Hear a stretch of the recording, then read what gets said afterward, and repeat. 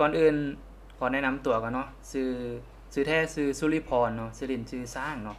ก็เป็นผู้ช่วยของอาจารย์ตุ้ยเนาะอยู่ที่ YouCan Community ถ้าว่าผู้ใดได้เข้ามาห้องการคาเฟ่ YouCan ก็อาจจะเห็นเรื่อยๆเนาะถ้าผู้ใดบ่ได้เข้ามาก็อาจจะเห็นทางออนไลน์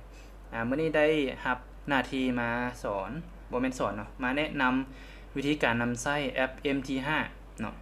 ซึ่งว่าแอป MT5 นี่เป็นแอปที่เราใช้เทรดในตลาด Forex เนาะก่อนที่เราจะเข้าไปบทเรียนเดี๋ยวสั่งจะขอเกริ่นในเรื่องของภาพรวมตลาด Forex ก่อนนะว่ามันเป็นแบบใดเนาะตลาด Forex ก็เป็นตลาดหนึ่งที่เราสามารถเข้าไปเก็งกำไรได้เนาะทุกคนอาจจะเคยได้ยินคำว่าตลาดหุ้นตลาดคริปโตเนาะแล้วก็ตลาด Forex บรรดาตลาดนี้เราสามารถเข้าไปเก็งกำไรได้ทุกตลาดเลยแต่ว่าในแต่ละตลาดจะมีความแตกต่างกันเช่นว่าตลาดหุ้นเราถือระยะยาวเนาะตลาดคริปโตก็มีความผันผวนสูงแล้วก็ถือยาวคือกันส่วนตลาด Forex เดก็สามารถปรับได้เนาะสไตล์เทรดสั้นเทรดกลางเทรดยาวเหมาะสำหรับผู้ที่ว่ามีทุนบ่หลายแต่ก็อยากสร้างกำไรได้เนาะซึ่งตลาด Forex ตอบโจทย์ลืมเอาสไลด์มาเนาะอีกอย่างก็คือตลาด Forex ณปัจจุบันนี้เป็นตลาดที่มีวอลลุ่มใหญ่ที่สุดในปัจจุบันเนาะใหญ่กว่าตลาดหุ้นไทยใหญ่กว่าตลาดหุ้นอเมริกาอันดับหนึ่งก็คือตลาด Forex เนาะมีเงินหมุนเวียนในแต่ละมื้อนี้หลายพันล้านดอลลาร์เนาะผู้ใดที่เข้ามาใหม่รบกวนปิดไมค์ให้หน่อยเด้อเนาะโอเคแล้วตลาด Forex ตัวเต็มมันย่อมาจากอย่างเนาะย่อมาจาก Foreign Exchange Market เนาะก็คือการแลกเปลี่ยนเงินต่างประเทศทุกคนอาจจะได้เจอเนาะการแลกเปลี่ยนในชีวิตจริงก็คือเขาไปแลกเปลี่ยนเงินเนี่ยแหละไปห้างแลกเปลี่ยนหรือว่าไปธนาคารเอากีบแลกบาทเอากีบแลกดอลลาร์ดอลลาร์แลกกีบนั่นคือการแลกเปลี่ยนอันนั้นคือตลาด Forex ในชีวิตจริงแต่ว่าในตัวนี้เนาะในตลาด Forex ตัวนี้คือเฮาเทรดในรูปแบบของการซื้อสัญญาเนาะในรูปแบบ CFD ก็คือเฮาซื้อสัญญาฟังซื้อฟังขายเฮาทำกำไรแบบใดตัวอย่างว่าตลาดเป็นเทรนขาขึ้นอยู่เฮาซื้อสัญญาฟังซื้อเมื่อราคาแรงขึ้นแสดงว่าเฮาได้กำไรแต่กงข้ามเฮาซื้อสัญญาฟังเซลเนาะฟังขาลงเมื่อตลาดปรับตัวลงราคาปรับตัวลงเฮาค่อยได้กำไรแต่ถ้ามันแล่นกงข้ามกับทิศทางที่เฮาออกออเดอร์เด้ก็แสดงว่าขาดทุนนะอันนี้คือวิธีเก็งกำไรในตลาด Forex โอเคฟังทันบ่ทุกคนหรือว่าเว้าไว้เกินไปสามารถพิมพ์ได้เลยเนาะว่าเว้าไว้เกินไปบ่หรือว่าคอยเกินไปเฮามาเริ่มกันเลยทุกคนมีแอป MT5 กันแล้วบ่ถ้าบ่มีให้ไปโหลดก่อนเนาะสำหรับผู้ใดที่บ่มีให้เวลา2นาที1นาที2นาทีไปโหลดแอป MT5 มาก่อน iPhone โหลดอยู่อย่างก็ App Store เนาะ Android กับ Play Store ให้เวลา2นาทีเนาะไปโหลดแอป MT5 มาก่อนเพราะว่าเราจะได้ใช้กดตัวจริงเลยในมื้อนี้จะแนะนำกดพอร์ตเดโมเนาะมื้อนี้กดพอร์ตเดโมให้มันลึงมือเนาะวิธีเปิดปิดออเดอร์อย่างต่างๆแล้วทุกคนก็สามารถไปลองกดโบนัสเนาะที่ว่าทุกคนได้สมัครมา30เหรียญเนาะเทรดกำไร60เหรียญเนาะตามเงื่อนไขของโบรกสามารถถอนไปได้เลยอย่าเข้าใจว่าเป็นเงินทดลองเนาะ30เหรียญเป็นเงินแท้ที่สามารถเทรดได้เทรดจริงถอนมีกำไรถอนได้เลยให้เวลาผ่านไปแล้ว1นาทีอีก1นาทีเนาะให้เวลาโหลด MT5 เฮาก็จะได้สตาร์ทกันเลยน่าจะโหลดกันแล้วเนาะผ่านไป2นาทีละถ้าว่าบ่ทันนะถ้าว่าฟังบ่ทันนะตอนนี้เนาะสามารถเรียนคืนได้เพราะว่าเฮามีคลิปย้อนหลังโอเคเฮาสตาร์ทกันเลยเพื่อบ่เป็นการเสียเวลาเนาะเริ่มต้นเข้ามาทุกคนจะเห็นหน้านี่เนาะหน้าคู่เงินที่มันเต้นแมปๆอยู่นี่จะมีหลายคู่เงินให้เฮาเทรดบ่ว่าจะเป็นน้ำมันทองคำหุ้นอย่างต่างๆขึ้นมานี่ตัวนี้จะเป็นหน้ากระดานเทรดตัวนี้เนาะหน้าแรกปุ่มนี้จะเป็นคู่เทรดเห็นบ่จะเห็นมีหลายๆคู่ให้เฮาเลือกเทรดถ้าว่ามันบ่มีในหน้ากระดานนี้เดี๋ยวเฮาสามารถเพิ่มได้แนวใดเนาะ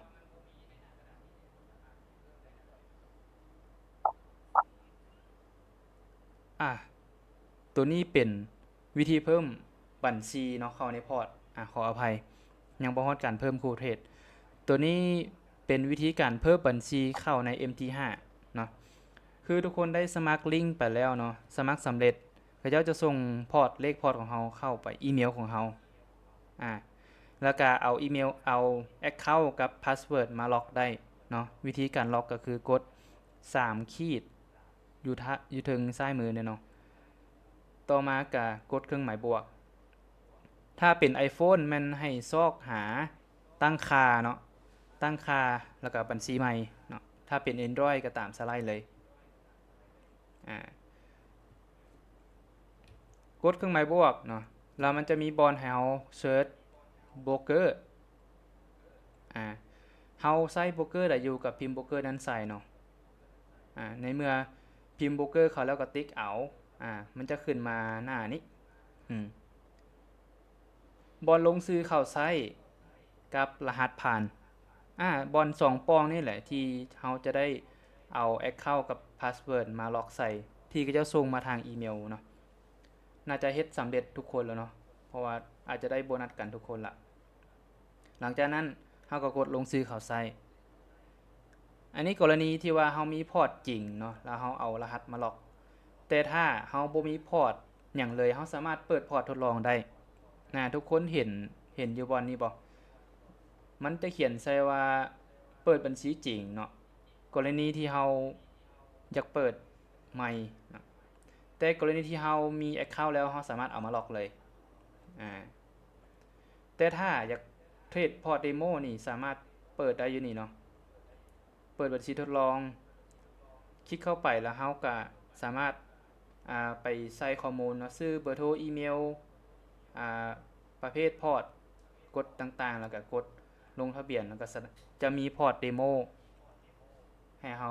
เทรดสามารถเลือกเงินในพอร์ตได้ว่าจะเอา 1,000 เหรียญ 3,000 เหรียญเท่าไหร่เนาะก็ได้เนาะ 5,000 เหรียญมาลองกดเทรดเดโมอยู่เดโมลองเบิ่งไปกันต่อเนาะอันนี้วิธีการเพิ่ม Account เข้า MT5 ถ้าฟังบ่ทันสามารถทักท้วงได้เด้อเนาะนี่วิธีเปิดพอร์ตเดโมเปิดบัญชีทดลองเนาะค้นหาโบรกเกอร์ใส่ชื่อเบอร์โทรอีเมลนามสกุลเนาะประเภท Account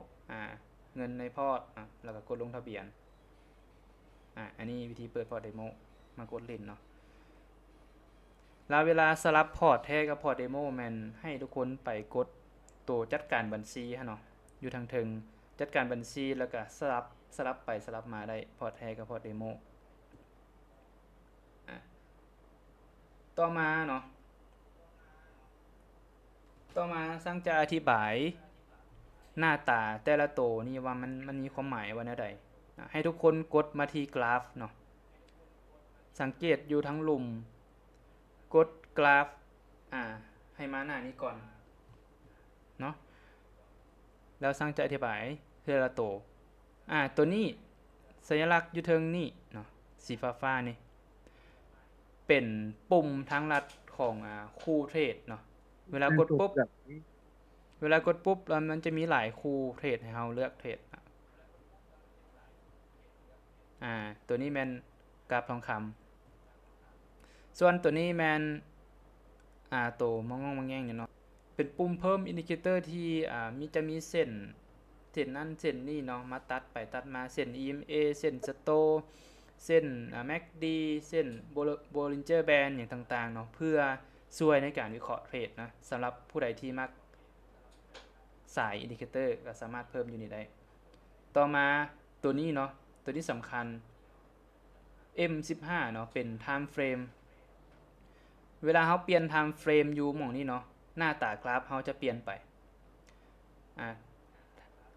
time frame น้อยมันก็จะมีหลายแท่งขึ้นหลายแท่งเทียนขึ้นเนาะเวลาเราเปลี่ยนเป็นแท่งเทียน1ชั่วโมง4ชั่วโมงมันก็จะมีแท่งเทียนน้อยลงคือM15 เนาะแท่งเทียนนึงนี่เปิด15นาทีแล้วก็ปิด15นาทีถ้าว่าเราเปลี่ยนเป็น1ชั่วโมง1ชั่วโมงใดเนาะมันปิดแล้วก็จะเปิดแท่งใหม่ มันจะมีตั้งแต่1นาที5นาที15นาที30นาที1ชั่วโมง4ชั่วโมงจนฮอดเป็นมื้อเนาะขึ้นก็ว่าเฮาเป็นเทรดเดอร์สไตล์ใดถ้าเป็นถ้าเป็นเทรดเดอร์สไตล์ถือยาวก็เบิ่ง time frame ใหญ่ถ้าเป็นเทรดเดอร์สายถือยาวก็ลิ้น time frame ใหญ่เนาะถ้าเป็นเทรดเดอร์day trade ปิดภายในมื้อก็ลิ้น time frame 1ชั่วโมงลงมาเนาะถ้าเป็น scalping เนาะเป็นเทรดสั้นก็เบิ่ง M15 ลงมาเนาะ M15 M5 M1 ประมาณนี้เนาะอันนี้แม่น time frame ต่อมาปุ่มตัวคือรูปโมงนี่เนาะวงมนแดงฟ้านี่เป็นปุ่มที่ว่ากดขึ้นมาเพื่อวางลิมิตไว้เนาะตั้งออเดอร์ไว้ล่วงหน้ากดแล้วมันจะมีเส้น buy limit เส้น buy limit หรือว่า sell limit ขึ้นมา buy limit ใช้ในกรณีแบบใดคือเฮาวางแผนว่าเฮาจะ buy โซนนี้แต่ราคามันยังอยู่สูงอยู่เฮาตั้งออเดอร์ buy ไว้ล่วงหน้าไว้เวลาที่กราฟมาแล่นลงมาต่ำปึ๊บมันจะเปิดออเดอร์ให้เฮาทันทีเนาะอันนี้วิธีการใช้ buy limit sell limit คือกันเนาะเซลล์ลิมิตก็คือใช้ฝั่งเซลล์เนาะกราฟอยู่หม่องนี้เฮาถ้าเซลล์อยู่ถึงเฮาก็ตั้งเซลล์ลิมิตไว้ได้เฮาบ่มีเวลาเฝ้ากราฟเฮาสามารถตั้งไว้ได้เมื่อกราฟแล่นขึ้นไปต่ำเซลล์ลิมิตมันจะเปิดออเดอร์ให้เฮาทันทีอันนี้คือปุ่มตัวนี้เนาะต่อมาเป็นปุ่มสีแดงสีฟ้าขวามือสุดนี่เนาะตัวนี้เป็นปุ่มคำสั่ง buy sell แบบทันทีณปัจจุบันราคาใดเฮากดปึ้งเฮาจะได้ราคานั้นเลยเนาะในปุ่มตัวนี้กดปุ๊บมันจะมีอ่าบอลที่กดเซลกดบายแมปขึ้นมาเนาะมันจะมีบอลให้เฮากดออเดอร์ขึ้นมาต่อมาเนาะตัวนี้เป็นราคาปัจจุบันที่มันกำลังแล่นอยู่สังเกตบ่ว่ามันจะมี2เส้นเนาะเส้นราคาซื้อกับราคาขายอันนี้เป็นราคาปัจจุบันเนาะอธิบายง่ายๆก็คือเวลาเราไปแลกเปลี่ยนเงินตรามันจะมีราคาซื้อกับราคาขายเนาะอันนี้ก็เช่นเดียวกันตอนซื้อเราก็จะได้ราคาหนึ่งตอนขายเราก็จะได้ราคาหนึ่งเนาะแต่ให้รู้ว่าอันนี้เป็นราคาปัจจุบันต่อมาแถบทั้งลุมเนาะตัวนี้มันคู่เทรดเนาะผ่านไปแล้วตัวนี้มันหน้ากราฟการซื้อขายเนาะตัวนี้แล้วมันเฮากดออเดอร์แล้วออเดอร์เฮาจะอยู่นี่แหละออเดอร์เฮาบวกหรือลบหรือว่าลบเฮาสามารถเช็คได้อยู่หม่องนี้การซื้อขายต่อมารูปโมงขีดลูกศรย้อนกลับนี่เนาะแม่นประวัติการเทรดว่ามื้อนั้นเฮาเทรดจากออเดอร์ปิดไปจากออเดอร์กำไรหรือขาดทุนเฮาสามารถเบิ่งอยู่นี่ได้เนาะประวัติการเทรดอันนี้ก็แม่นอธิบายสัญลักษณ์คร่าวๆเนาะก่อนที่เราจะไปอันต่อไปทุกคนสามารถถ่ายรูปไว้ได้เนาะเพื่อเบิ่งคืนหลังหรือว่าแคปหน้าจอไว้ได้โอเคสไลด์ต่อไปเนาะต่อมาอันนี้เป็นวิธีการเพิ่มคู่เทรดเนาะที่สร้างหลงว่าตั้งแต่ตอนต้นวิธีการเพิ่มคู่เทรดสมมุติว่าเฮาอยากเทรด Bitcoin ในหน้าเทรดกระดานเทรดมันบ่มี Bitcoin เฮาเทรดเฮาก็เสิร์ชได้กดเครื่องหมายบวกเสิร์ชค้นหาพิมพ์สัญลักษณ์ของ Bitcoin ก็คือ BTC เนาะแล้วมันก็จะออกมาแต่ในสไลด์นี้เป็นตัวอย่างของทองคำเนาะสัญลักษณ์ของทองคำก็คือ XAU USD หลังจากพิมพ์แล้วเขาก็มันขึ้นมาเขาก็ติ๊กเอาบันหนึ่งเนาะอันนี้คือวิธีการเพิ่มคู่เทรดหลังจากเพิ่มขึ้นมาแล้วเนาะมันจะไปอยู่ไสมันจะมาอยู่ทางท้ายของหน้ากระดานเทรดสังเกตว่า XAU USD เนาะมันจะอยู่หน้าตัวนี้เราสามารถย้ายขึ้นไปถึงได้เพื่อความสะดวกสบายในการสลับเปลี่ยนคู่เทรดเนาะกดเขากดค้างไว้แล้วลากขึ้นไปถึงกด3ขีดค้างไว้เนาะกด3ขีดค้างไว้เนาะแล้วลากขึ้นไปถึง เพื่อมันจะไปง่ายตอนที่เราสลับมาหน้ากราฟเวลาเราเพิ่มแล้วเราสามารถย้ายบอลได้สลับบอลได้เพื่อสะดวกในการเปลี่ยนคู่เทรดโอเคต่อกันเลยเนาะถ้าบ่ทันก็สามารถสกิปได้เนาะต่อมาวิธีเปิดออเดอร์ buy หรือว่า sell กดหน้ากราฟเนาะก่อนอื่นกดหน้ากราฟแล้วก็มากดปุ่มตัวนี้ปุ่มที่จะเอิ้นคำสั่ง buy หรือ sell ขึ้นมาหลังจากที่เรากดแล้วเราจะเห็น2แถบนี้ขึ้นมาเนาะสีแดง sell อันนี้ปุ่ม sell เนาะปุ่มการขายตัวนี้ปุ่ม buy ปุ่มเราจะซื้อปุ่มตัวนี้แม่นเรากดปึ๊บเราจะได้ณราคาปัจจุบันเลยเนาะถ้าเอากดขายเราก็ได้ราคาปัจจุบันเลยถ้าราคากราฟแล่นลงไปเราก็ได้กำไรถ้าแล่นขึ้นก็ขาดทุนถ้ากด buy เราก็ได้ราคา buy ราคาซื้ออยู่หม้องนี้แล้วราคาขึ้นต่อเราก็ได้กำไรอันนี้วิธีกดออเดอร์เนาะแล้วตัวเลขอยู่นี่แม่นหยังเนาะตัวเลขอยู่นี่แม่นล็อตไซส์เนาะจำนวนล็อต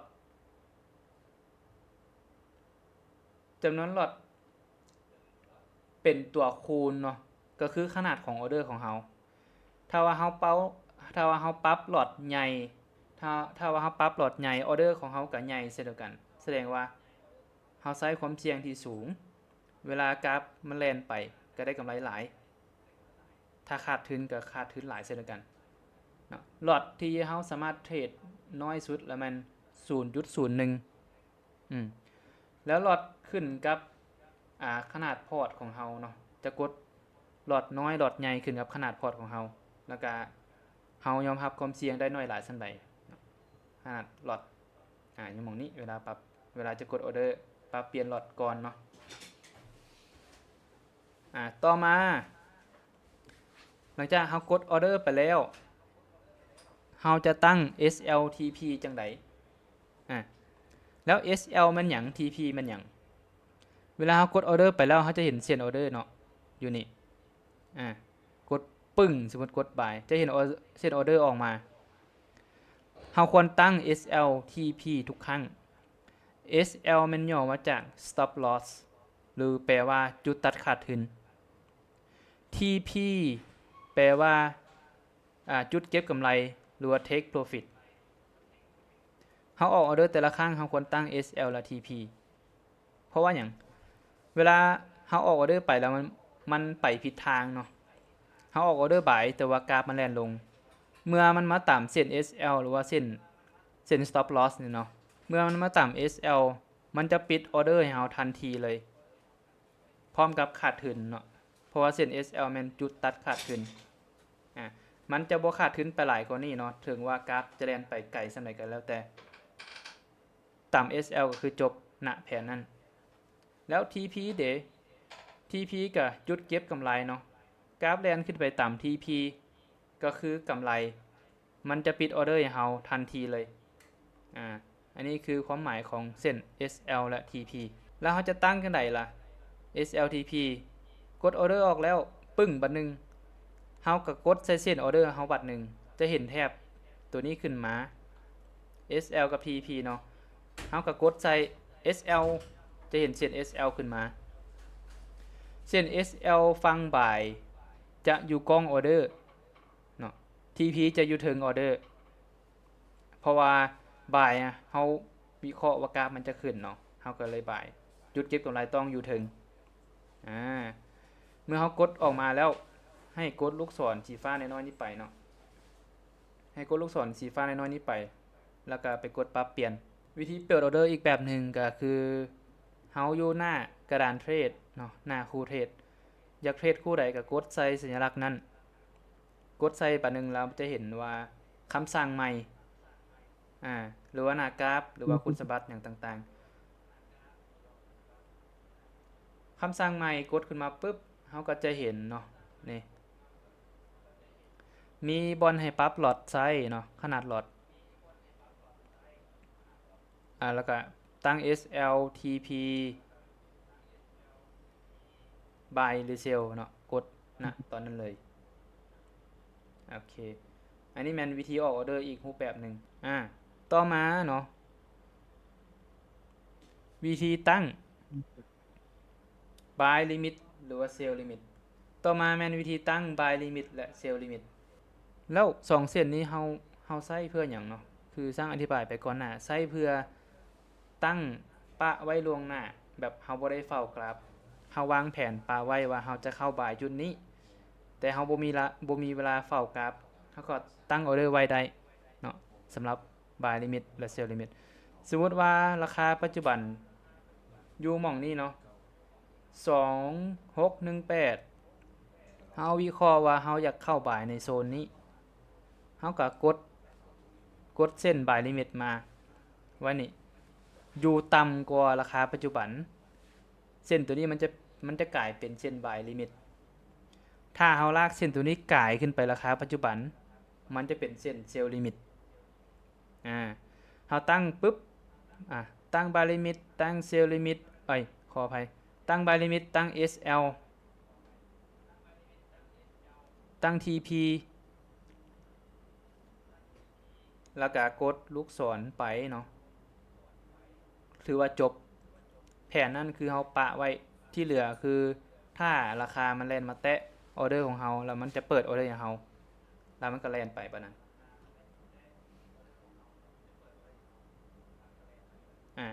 เซลล์ลิมิตก็คือกันเนาะเซลล์ลิมิตคือเฮาทารินแผนเซลล์หรือว่าขายเนาะสมมุติว่าเฮาอยากลิ้นแผนเซลล์อยู่เทิงแต่เฮาบ่มีเวลาเฝ้ากราฟ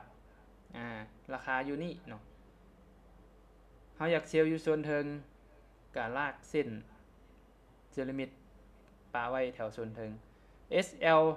จะโกงกันข้ามกับฝั่งบ่ายเนาะ SL ของฝั่งเซลล์จะอยู่เทิง TP จะอยู่ลุ่มเพราะว่าเซลล์นี่เฮาคาดหวังกำไรเซลล์กราฟต้องลงเนาะถ้ามันขึ้นไปก็คือขาดทุนฉะนั้นเฮาต้องมีเส้น SL มากันไว้ว่าจุดยอมแพ้เฮาอยู่นี่แล้วก็จุดเก็บกำไรเฮาอยู่นี่ SL คือจุดยอมแพ้ TP คือจุดเก็บกำไรหลังจากเฮาคำนวณดีๆแล้วเฮาก็ตั้งกดลูกศรสีฟ้าไปตัวตั้ง buy limit sell limit มันจะบ่ทันได้ออกออเดอร์ให้เฮานะจนกว่ามันจะราคาจะแล่นมาต่ำเช่น buy limit หรือว่า sell limit ของเฮามันค่อยเปิดออเดอร์นะเฮาตั้งปลาไว้แล้วมันจะเห็นเป็นดำๆแบบนู้นเนาะเขียนใส่ว่า place อยู่หน้าการซื้อขายอยู่หน้านี้เนาะเฮาตั้ง buy limit sell limit มันจะขึ้นมาหน้านี้แต่ยังบ่ทันได้ออกออเดอร์ให้เฮาเทื่อโอเคต่อเนาะแต่ถ้าเรามีออเดอร์เดย์เฮาจะปิดออเดอร์ได้จังไดเนาะเวลาที่เฮาเปิดออเดอร์แล้วเนาะแต่ว่ามันยังบ่ต่ำ SL หรือว่าบ่ต่ำ TP เทื่อออเดอร์ยังแล่นอยู่เนาะเฮาสามารถปิดออเดอร์ด้วยมือตัวเองก็ได้วิธีปิดออเดอร์เนาะเฮาเข้ามาหน้าการซื้อขายแล้วปัดซ้ายใส่ออเดอร์เนาะปัดซ้ายใส่ออเดอร์แล้วจะเห็นถ้าเป็น Android จะเห็นสัญลักษณ์ตัวนี้เนาะเครื่องหมายติ๊กเนี่ยติ๊กเอาแล้วมันจะเขียนว่าปิดสถานะเห็นบ่ปิดสถานะที่ขาดทุน3เหรียญถ้าบวกกับบวกเท่าใดเหรียญเฮาก็กดแล้วมันจะปิดออเดอร์ให้เฮานะโอเคบ่วิธีปิดออเดอร์เบิ่งทันบ่เนาะสามารถถ่ายรูปได้เนาะหรือว่าแคปหน้าจอไว้ได้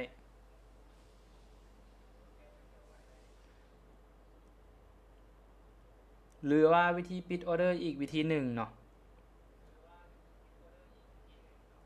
วิธีปิดออเดอร์อีกวิธีหนึ่งก็คือเข้ามาหน้ากราฟ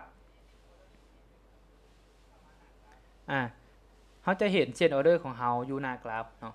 กดใส่เส้นออเดอร์เฮาบัดนึงปึ๊ก แล้วจะเห็นแถบตัวนี้ขึ้นมาแถบที่เขาจะเอิ้นเส้น SLTP นั่นแหละมันจะมีคำหนึ่งที่เขียนว่า close เนาะเขียนว่าปิดเขาก็สามารถกดตัวนี้แล้วก็กดยืนยันปิดออเดอร์ได้นะกด close แล้วมันจะขึ้นมาหน้านี้คือกันแล้วก็กดปิดออเดอร์อันนี้คือวิธีการปิดออเดอร์อีกวิธีหนึ่งโอเคสำหรับการเปิดปิดออเดอร์ก็ง่ายๆเนาะก็มีแต่ประมาณนั้นหวังว่าทุกคนจะฟังทันเนาะทันบ่ทันเด้ออาจารย์เด้อโอเคอย่างน้อยก็มีเสียงหนึ่งเนาะว่าทันได้ขอบใจขอบใจโอเควันนี้เราสร้างจะพามาเบิ่งวิธีการคำนวณจุด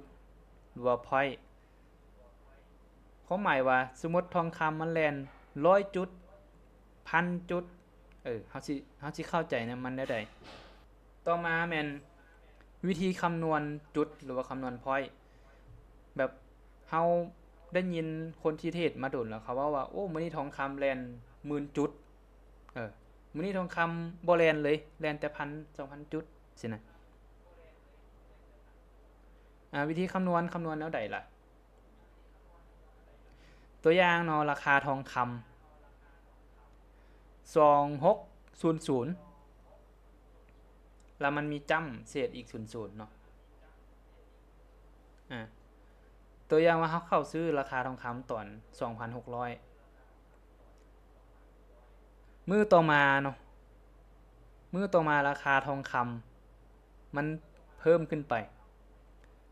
2605จำ00วิธีคำนวณก็คือเอามาลบกันเนาะโดยที่เฮาจะบ่นับจุด00เฮาเอาเลขทวนมาลบกันเลยอ่าเอา260500มาลบให้26000มันจะเท่ากับ500จุด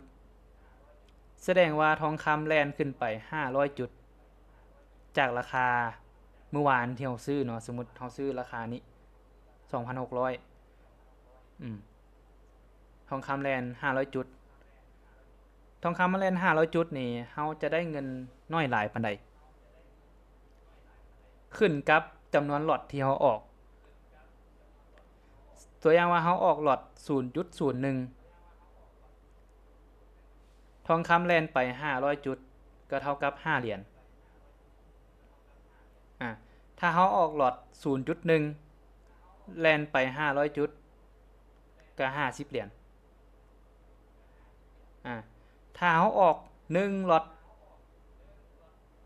แล่น500จุดก็500เหรียญถ้ามันผิดทางก็500เหรียญเช่นเดียวกันเนาะฉะนั้นวิธีการบริหารพอร์ตจะเป็นสไลด์ต่อไปสไลด์นี้จะพาเบิ่งวิธีคำนวณจุดแต่ตัวจริงเฮาบ่ได้มาลบแบบนี้ดอกเนาะอยู่หน้ากราฟเฮาจะใช้เส้น buy limit หรือว่า sell limit ลากไปลากมาได้มันจะเห็นเป็น point แล้วก็จำนวนเงินเนาะมันจะบอกว่าถ้ากราฟแล่นผิดทางเท่านี้จะขาดทุนเท่านี้ระยะห่างจากจุดเฮาเข้ามาหาเส้น stop loss ห่างจากจุดจาก point มันจะบอกเพราะว่ามันอัปเดต MT5 มันอัปเดตปัจจุบันนี้มันจะใช้ง่ายขึ้นละเฮาบ่ได้มานั่งคำนวณแบบนี้ดอกเฮาจะใช้เส้นตัวนั้นแล้วลากไปลากมาเพื่อเฮาจะรู้ว่ามันสิแล่นจากจุดมันแล่นไปเท่านี้เฮาจะขาดทุนเท่าใดเฮาแล่นไปมันแล่นไปเท่านี้เฮาจะได้กำไรเท่าใดกับจำนวนล็อตเท่านี้พอเข้าใจบ่เนาะอธิบายซับไปซับมาต่อมาเนาะพอเก็ตภาพบ่เนาะกับจำนวนจุดจำนวน point พอละเอียดอยู่อาจารย์ขอละเอียดอีกบัดนึงบ่โอเคได้ตัวอย่างเฮาซื้อทองคำเนาะอยู่ราคานี้2600มื้ออื่นราคาทองคำแล่นขึ้นไป2605อธิบายอีกบัดนึงเนาะเกี่ยวกับจุด หรือว่า point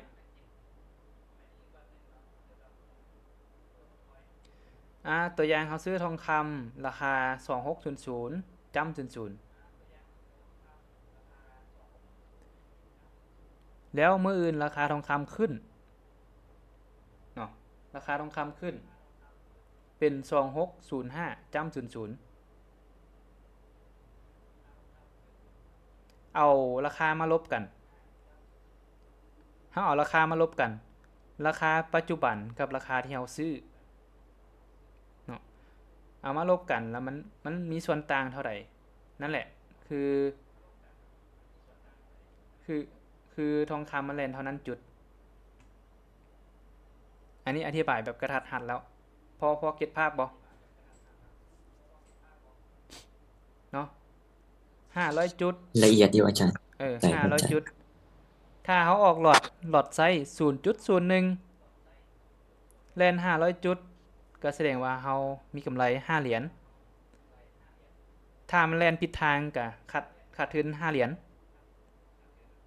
อืมถ้าเขาออกหลอด0.1บัดนี้ใหญ่ขึ้นมาอีกแล่น500จุดเขาก็จะมีกำไร50เหรียญพอเก็ตภาพบ่อธิบายรอบที่2แล้วเนาะถ้าว่ายังบ่ทันเก็ตก็สามารถอ่าถ่ายรูปตัวนี้ไว้แล้วไปเบิ่งอยู่เดี๋ยวกับตัวจริงยังบ่มีผู้ใดว่ายังเนาะเดี๋ยวน้องขอถามเนี่ยก็คือสมมติว่าอยากละเอียดเบื้องก็คือตัวอย่างคู่เงินหรือว่าคู่ทองสินะเลยเอิ้นว่าค่ามันเป็นเงินจริงกรณีที่ว่ากราฟมันเคลื่อนที่สินะมันคือกันกับอย่างเช่นทองมันคือกับคู่เงินเลยบ่หรือว่ามันต่างกันมันต่างอยู่แล้วเนาะคู่เงินสมมุติคู่เงินเฮาเทรดสกุลเงินยูโรกับดอลลาร์ทองทองมันจับคู่กับดอลลาร์เนาะยูโรกับดอลลาร์มันคนละสกุลเงินอยู่แล้วความต้องการซื้อความต้องการขายมันจะต่างกันอยู่แล้วเนาะคนจะแลกเปลี่ยนมันต่างกันอยู่แล้วฉะนั้นแล้วหน้าตากราฟมันจะต่างกันโอเคบ่โดยแต่ว่าอย่างละเอียดก็คือเอิ้นว่ามูลค่าจริงสมมุติว่าเฮาบายทองสิโดยมันเคลื่อนที่100จุดแสดงว่าเฮาสิได้เท่านี้แต่ว่าแม่นแล้วกรณีที่ว่าเป็นคู่เงินสินะอ๋อเป็นคู่เงินสมมุติว่ามันเน้น100จุดมันได้เท่ากันบ่สินะอย่างละบ่เอียดเบิ่งนี้คู่เงินคู่เงินจะบ่ได้เท่าอันทองคำเด้อเนาะสมมุติเฮาออกล็อตอ๋อ0.01สิโดยนะคู่เงินจะได้น้อยกว่าทองคำทองคำกับน้ำมันนี่จะได้โดยเท่ากันส่วนคู่เงินเนาะคู่เงินตัวอย่างว่า EU เนาะ EU เฮาเว้าสัญลักษณ์ตัวย่อเนาะ E มันเงินยูโร U มันเงินดอลลาร์ US อ่าหรือว่า GU GU มันย่อมาจาก GBP กับ USD เนาะคู่เงินก็คือเงินปอนด์กับเงินดอลลาร์แน่นอนอยู่แล้วว่า EU กับ GU มันจะแล่นบ่คือกันแต่ภาพรวมมันอาจจะคล้ายคือกันแต่ว่าราคามันบ่คือกันแน่นอนเวลาเฮาออกล็อต0.01มันก็จะบ่เท่าทองคำเนาะคู่เงินจะได้น้อยกว่าทองคำกับน้ำมันอ่าอ๋อโดยโอเคแล้วเบื้องนี้เนี่ยอาจารย์เอิ้นว่ามันมีสูตรอย่างเช่นสูตรคำนวณดีดักบ่โอเคหรือว่าจั่งใดสิต่อมาเนาะต่อมาสูตรคำนวณเฮาจะบ่ฮู้ดอกว่าคู่เงินนี่มันสิได้เท่าไหร่มันขึ้นกับโบรกเกอร์จะกำหนดให้เนาะแต่คือมาตรฐานก็คือทองคำกับน้ำมันนี่มาตรฐานอยู่แล้วมันจะเท่ากันส่วนคู่เงินนี่แต่ละโบรกเกอร์ก็น่าจะคือกันเนาะแต่ว่าถ้าเทียบกับทองคำกับน้ำมันแล้วมันจะได้บ่หลายเท่าเฮาอาจจะได้ใช้หลอดขนาดหลอดที่มันเพิ่มขึ้นเนาะอาจจะได้เพิ่มหลอดไซส์ขึ้นเพื่อให้มันได้หลายเท่าทองคำโอเคพอเก็ตบ่พอละเอียดอยู่อาจารย์แต่ว่าอยากละเอียดเติมก็คือเบื้องเอิ้นว่าสูตรคำนวณเบื้อง กรณีที่ว่ามันเคลื่อนที่สิอ๋อสมมุติว่ามันเคลื่อนที่เป็น point สิมันมีสูตรคำนวณกรณีที่ว่ามันกลายเป็นเงินจริงสินะโดยอันนี้เราบ่มีสูตรคำนวณเนาะลองใส่เส้น buy limit ก็ได้ buy อ๋อ limit หรือว่า sell limit แล้วไปลองใส่อันกราฟคู่เงินหั่นน่ะว่าเราออกหลอด 0.01 มันห่างเท่านี้จุดมันจะบวกลบเท่าใดจักเหรียญเนาะลองเอาไปใส่เบิ่งเด้อเส้น buy limit มันจะโดบอกดอกยอาจารย์เส้น buy limit sell limit มันจะบอกสมมุติ 0.02 ห่าง 1,000 จุดคู่เงิน EU มันจะบวกเท่าใดอ่าจะบ่มีสูตรคำนวณตายตัวเนาะอันนี้ก็ยอมเนาะคันว่าถามสูตรคำนวณแบบนี้ยอมเนาะลองใช้ตัวที่เว้าเด้อเส้น buy limit กับ sell limit แล้วก็ปรับหลอดเบิ่งแล้วก็ไปใส่กับคู่เงินเราจะรู้ว่าแทนเท่านี้จุดมันบวกลบจักเหรียญโอเคเนาะโอเคบ่สัญญาณอาจารย์อยากให้หาย โอโอเคขออภัยเนาะสัญญาณเน็ตซ่าเดี๋ยวจะได้มื้ออื่นจะได้ปรับปรุงสัญญาณเนาะสัญญาณอินเทอร์เน็ตอ่ะอันนี้แม่นต่อมาเนาะแม่นวิธีคำนวณความเสี่ยงแคปตัวนี้เป็นสูตรคำนวณตายตัวเนาะสามารถแคปหน้าจอหรือว่าถ่ายรูปไว้ได้ตัวนี้สำคัญตัวนี้สำคัญเลยเนาะวิธีคำนวณความเสี่ยงอ่ะตัวอย่างว่าพอร์ตเฮา1,000 เหรียญ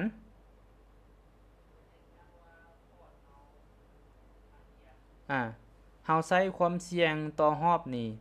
35%เนาะสมมุติว่า5%ซะเฮาเอา1,000คูณ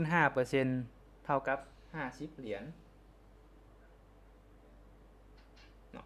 1,000คูณ5%เท่ากับ50เหรียญแบบความเสี่ยงแต่ละออเดอร์ที่เฮาจะออกหั่นน่ะ50เหรียญต่อครั้งเนาะแล้ว50เหรียญนี่เฮาสามารถออกได้จากล็อตอืมเห็นบ่50เหรียญนี่เฮาสิออกจากล็อตมันจึงจะเหมาะสมเอามาแทนใส่สูตรเนาะสูตรคำนวณความเสี่ยงหรือว่าสูตรคำนวณล็อตก็คือเงินที่เฮาสามารถเสี่ยงได้เนาะคือ1,000เหรียญนี่เฮาเสี่ยงได้รอบละ50เหรียญเนาะอันนี้เฮา manage เฮาบริหารมาเฮาบริหารมาเฮายอมรับได้เนาะความเสี่ยงต่อรอบต่อครั้งเอาก็มาแทนใส่สูตร50เหรียญหารให้ระยะ SL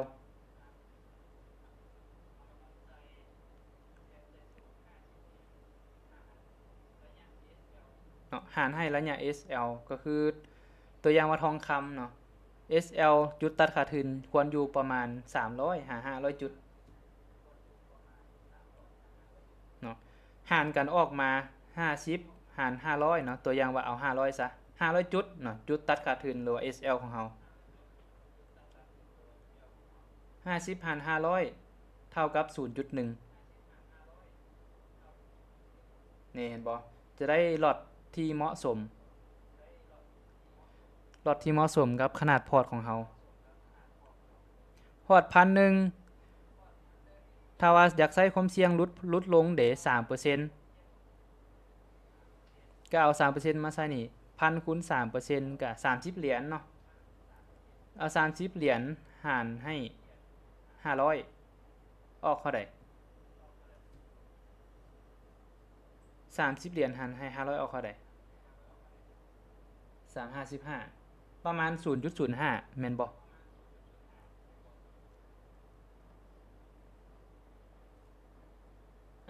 ลองแทนตามสูตรก็ได้เนาะ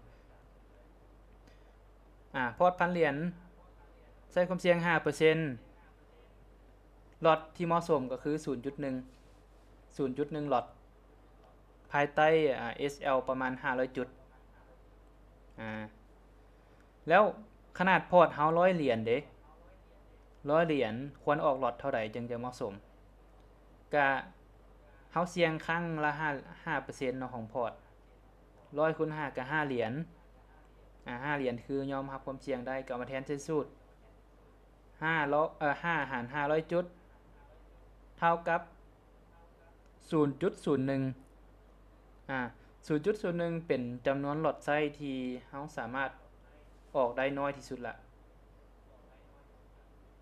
เฮาจะบ่สามารถออกหลอดได้ต่ำกว่านี้แล้วเนาะหลอดพอร์ตของเฮาถ้าว่าอยู่ประมาณ100เหรียญลงมาเนาะหลอดไส้ที่ควรออกก็คือ 0.01 เนาะบ่ควรออกเกินกว่านี้เนาะถ้าเฮาออกหลอดเกินกว่านี้มันจะเข้าข่ายโอเวอร์ลอดเนาะใช้ความเสี่ยงหลายเกินไปแต่ว่าคันคนที่ยอมรับความเสี่ยงได้นะเป็นการแยกพอร์ตจากพอร์ตใหญ่มาก็ได้เช่นเดียวกันเฮาอาจจะเพิ่มหลอดขึ้นไปได้เนาะตามที่เฮายอมรับความเสี่ยงได้แล้วอันนี้ก็คือสูตรคร่าวๆสูตรคำนวณหลอดไส้เนาะสมมุติว่าอนาคตทุกคนมีพอร์ต10,000เหรียญเนาะทุกคนจะออกหลอดเท่าใดมีพอร์ตล้านเหรียญมีพอร์ตแสนเหรียญทุกคนจะออกหลอดเท่าใดจังจะปลอดภัยแล้วก็เหมาะสมที่สุดนะอันนี้แม่นสูตรตายตัวเลยเด้อสูตรคำนวณความเสี่ยงสามารถเอาไปใช้ได้ทันบ่ทุกคนถ้าว่าทันพิมพ์ทันให้ได้เนาะ